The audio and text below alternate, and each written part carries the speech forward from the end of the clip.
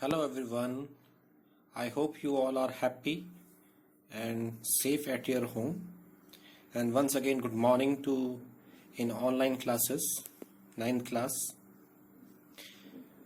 We are going to study the chapter number 3 in political science, electoral politics. अभी तक हमने ये पढ़ा पॉलिटिक्स में कि इलेक्शन क्यों होता है, उसके रीजंस क्या हैं। अब हम पढ़ेंगे what makes an election democratic, क्या चीज इलेक्शन को डेमोक्रेटिक बनाती है। Election can be held in many ways, election बहुत तरीके से होते हैं। All democratic countries hold elections, जितनी भी डेमोक्रेटिक कंट्रीज हैं वो इलेक्शंस कराती हैं।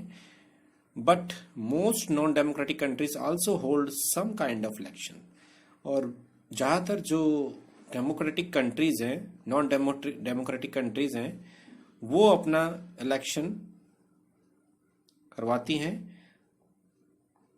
How do we distinguish democratic elections from any other elections?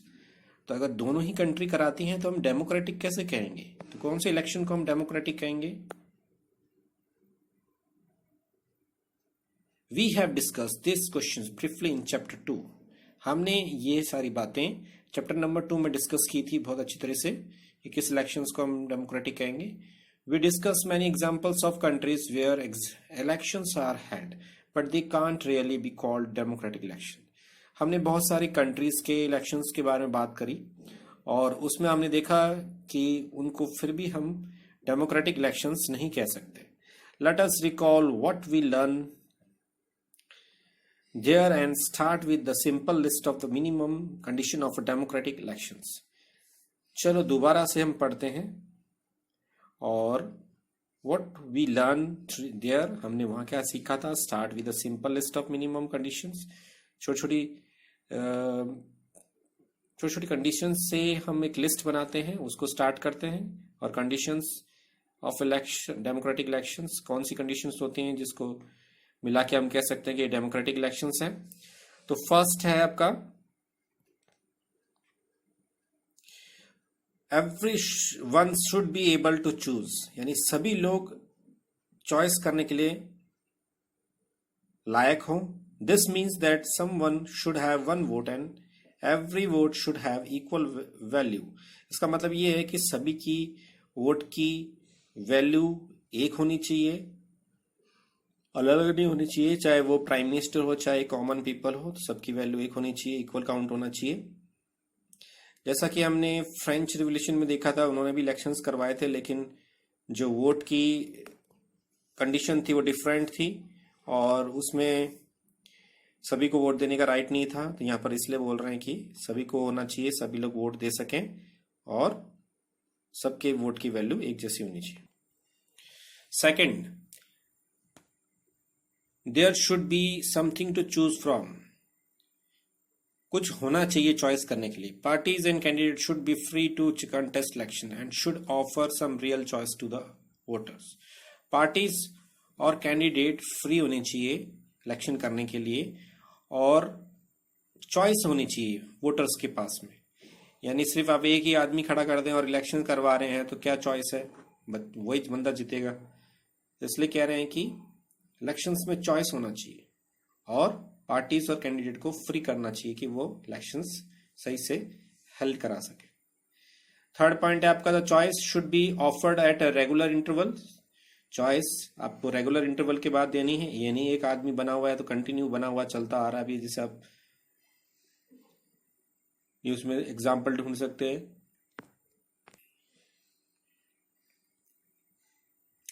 जैसे आप रशिया के जो है राष्ट्रपति पुतिन प्रेसिडेंट, तो आप देख सकते हैं कंटिन्यू वही बन रहे हैं, तो ये भी एक डेमोक्रेटिक का एग्जाम्पल नहीं है।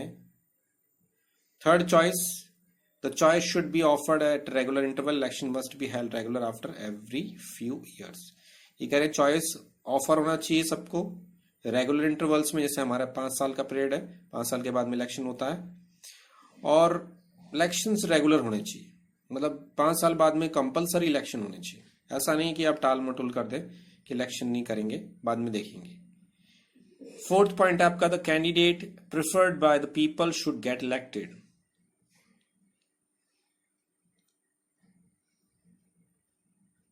यह कह रहे हैं कि कैंडिडेट को प्रेफरेंस मिलनी चाहिए, यानी कैंडिडेट जो चाहते हैं वही कैंडिडेट इलेक्शंस में जीतना चाहिए जिसको ज्यादा वोट मिले। फिफ्थ पॉइंट आपका कहता है, fifth, elections should be conduct in a free, elections को फ्री कराना चाहिए and fair manner where peoples can choose as they really wish, और बिना किसी घोटाले के इलेक्शन कराना चाहिए और उसमें लोग जिसको चाहते हैं वही जीतना चाहिए। These might look like very simple and easy condition, ये सारी चीजें हमें बहुत सिंपल लगती हैं और इजी कंडीशन लगती हैं, but there are many countries where these are not fulfilled, लेकिन बहुत सी कंट्री में है जो ये चीजें नहीं की जाती। In this chapter we will apply this condition to the elections held in our country to see. इस चैप्टर में हम अप्लाई करेंगे जो कंडीशंस इलेक्शंस में हमारे कंट्री में होती है उनके ऊपर। If we can call this democratic election, क्या हम अपने इलेक्शंस को डेमोक्रेटिक कह सकते हैं? तो ये बहुत अच्छा एक प्रैक्टिकल क्वेश्चन है। Is it good to have political competition, ये कह रहे हैं कि क्या पॉलिटिकल कंपटीशन अच्छा होता है क्या? तो आपने देखा है जैसे कोई भी स्कूल में कंपटीशन होता है तो आप लोग बहुत जम के मेहनत करते हैं और आगे बढ़ने की कोशिश करते हैं, तो पॉलिटिक्स में भी कंपटीशन होता है। इलेक्शन जब भी होते हैं आप देखते हैं जो पार्टीज हैं बहुत बुरी तरह से एक दूसरे को हराने की कोशिश करती रहती हैं, बहुत सारे प्रोपेगेंडा वो यूज करते हैं, तरीके यूज करते हैं बार बार। जैसे अभी भी हमने राजस्थान में देखा था कि किस तरह से स्कैंडल चल रहे थे। Elections are thus all about political competition, elections एक तरह से पॉलिटिकल कंपटीशन की तरह ही है।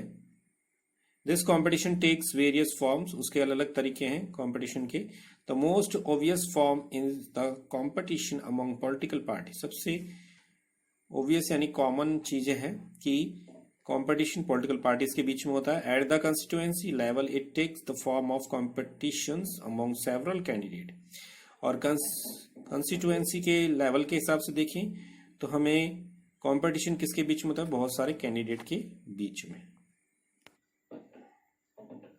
If there is no competition elections will become pointless, अगर कोई कॉम्पिटिशन नहीं होगा तो इलेक्शन बिल्कुल पॉइंटलेस होगा, यानी उसका कोई मतलब ही नहीं होगा। जैसे फॉर एग्जांपल हम कह सकते हैं कि रेसिंग कर रहे हैं और हम पहले से डिसाइड कर लें कि वो लड़का फर्स्ट आना चाहिए, उसको गोल्ड मेडल देना है, तो उस रेस का कोई फायदा ही नहीं क्योंकि हमने पहले से फिक्स कर लिया है। तो इलेक्शंस में ये कह रहे हैं कि सबको चांस मिलना चाहिए, चाहे वो कैंडिडेट हो चाहे वो एक कॉमन पीपल हो, but it is good to have political competition, ये अच्छा है कि एक पॉलिटिकल कॉम्पिटिशन होता है। Clearly one electoral competition has many demerits, ये बात साफ है कि इलेक्ट्रल कॉम्पिटिशन होने से बहुत सारी इसकी गलतियां भी हैं। It creates a sense of disunity and factionalise in every locality.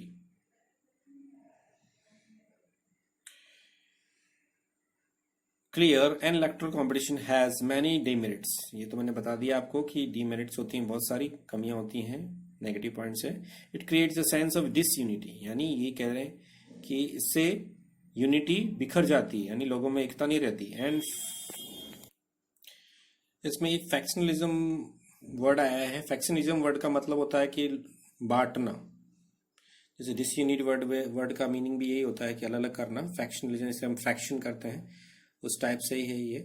You would have heard of people complaining of party politics in your locality, आपने कई बार सुना है कि पार्टी पॉलिटिक्स की बातें होती रहती हैं। पार्टी पॉलिटिक्स का मतलब अपनी पार्टी के लिए लोग फेवर करते हैं, हर जगह अपनी पार्टी के लिए वोट मांगते हैं, उनके बारे में बात करते हैं, तो ये पार्टी पॉलिटिक्स कहलाता है। डिफरेंट, जैसे अभी हम कह सकते हैं राजस्थान में भी या पूरे इंडिया में भी कह सकते हैं कांग्रेस पार्टी और भारतीय जनता पार्टी, इनके आपस में कुछ ना कुछ चलता रहता है। Different political parties and leaders often levels allegations against one another. Different political parties and leaders, अलग पार्टी और उनके लीडर्स आपस में एक दूसरे के ऊपर आरोप लगाते रहते हैं। Parties and candidate often use dirty tricks to win elections. Party और कैंडिडेट आपस में कई बार गलत तरीके भी अपनाते हैं जिससे इलेक्शन जीतने की कोशिश करते हैं। उनका एक ही एम रहता है कि इलेक्शंस को जीतना है कैसे भी करके, चाहे पैसा लगाएं चाहे कुछ भी लगाएं। Some people say that this pressure to win electoral fight does not allow insensible long-term policies to be formulated. कुछ लोगों का ये कहना है कि प्रेशर जो है जीतने का इलेक्टोरल फाइट को, ये अलाउ नहीं करता है कि लंबे समय तक कुछ अच्छी सी पॉलिसी बनाया जाए। यानी ये लंबे समय तक किसी अच्छे पॉलिसी को फॉर्मुलेट नहीं कर सकता है। तो इसमें डिफरेंस है। कार्टून में लिखा है, देखो, so elections are like exam where politicians and parties know if they have passed और failed but who are the examiner. तो ये बच्चा कह रहा है आपसे कि पॉलिटिक्स का क्या है, ये जो इलेक्शन है एक तरह से एग्जाम है पॉलिटिशियंस का और पार्टीज का भी, कि कौन जीतेगा यानी कौन पास होगा कौन फेल होगा। और फिर पूछता है कि एग्जामिनर कौन है। तो एग्जामिनर डेफिनेटली आप ही हैं, जनता है, पीपल है, पब्लिक है। तो पब्लिक जज करती है कौन सी पार्टी अच्छी है, कौन कैंडिडेट अच्छा है जो आगे काम करेगा, तो आप उसी को वोट देते हैं। तो इसलिए अपने वोट का बिल्कुल सही सोच समझ के यूज करना चाहिए कि कौन अच्छा है, क्योंकि आपको 5 साल तक उसको झेलना पड़ेगा। अगर आपने एक गलत बटन दबा दिया, गलत वोट दे दिया, तो 5 ईयर्स तक आपको उसको टॉलरेट करना पड़ेगा। तो इसलिए इस पावर को बहुत अच्छी तरह सोच समझ के यूज करिए। Some good people who may wish to serve the country do not enter this arena. कुछ लोग ये सेवा करने की बात करते हैं लेकिन वो इस एरिया में घुसते नहीं। They do not like the idea of being dragged into unhealthy competition, क्योंकि वो ये नहीं चाहते कि इस अनहेल्दी कंपटीशन में वो एंटर करें। क्योंकि आप देखते हैं कोई अच्छे पर्सन होते हैं तो वो इलेक्शंस में या पॉलिटिशियंस में नहीं आना पसंद करते, क्योंकि उन्हें पता होता है कि बहुत गंदी पॉलिटिक्स की जाती है, अच्छे से अच्छे आदमी को जीतने नहीं दिया जाता है। इसमें बहुत सारे ट्रिक्स लगाए जाते हैं, जैसा आप पिक्चरों में भी देखते हैं कई बार कितनी गलत तरीके से ट्रिक्स लगाते हैं हराने के लिए।